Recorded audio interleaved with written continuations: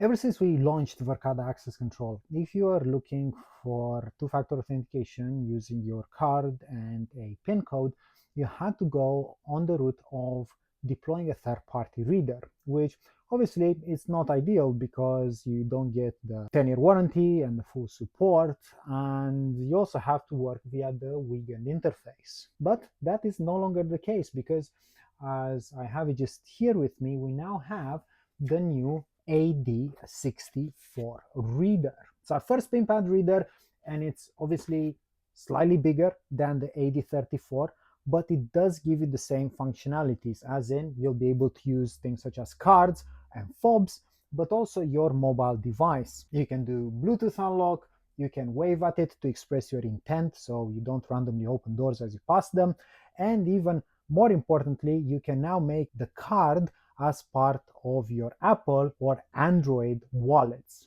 And this is important because if you're actually looking to move away from cards, but you still want to have two-factor authentication, you can actually mandate users to log into their device first before they're able to pull in the card and go through, which is something critical for important areas. Yet another important use case comes to mind. This is where you might want to allow third-party persons into certain areas of your building. Think about a barrier and a car park. Now, you might want to deploy license plate recognition, you might want to put an intercom, but what if people show up in different cars and you do not want to have a receptionist answering and opening the gate?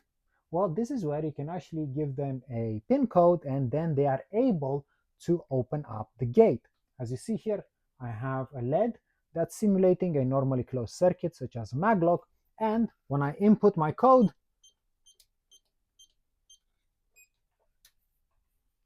the gate then opens. Now, I do suggest that if you want to use any sort of codes, do make them hard to guess. It is very, very easy for people to understand what you're typing in, especially if they're snooping about while you're trying to get in. But remember that if you're deploying any reader, including the AD64 that has Pinpad functionality, and you do not go into command inside the schedule here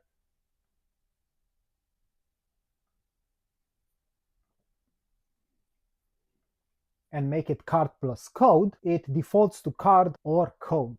And this is something that I didn't understand at the beginning because I thought that you either use your cards, or if you have a Pinpad reader, you can use card plus code. Well, that's actually wrong because, again, this has Pinpads, so as long as you input your PIN and the door is just access controlled, it will let you in. So be very, very mindful of that. The configuration was very, very easy because although this box has a serial number, I didn't have to add it in. The reader came up in about 10 seconds or so. So if I go inside my main controller, you'll actually see that the connection is good. And remember that in the last few months, we actually pushed firmware updates to the platform that will now alert you in case the wiring is incorrect, because probably 90% of issues that we see with regards to access control deployments are related to poor cabling. The cabling itself was very, very easy.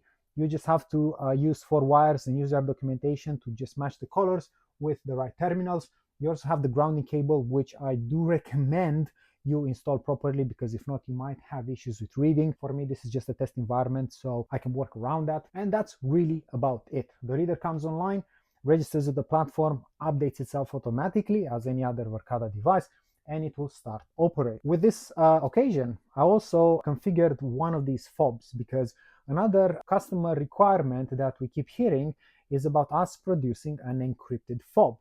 We had encrypted cards for quite a while now, but this is the first encrypted fob that we do using EV3 technology. It uses Verkada certificates on both the fob and the reader to allow you to securely access areas. And this, by the way, uses high frequency as well, so it is very hard to snoop.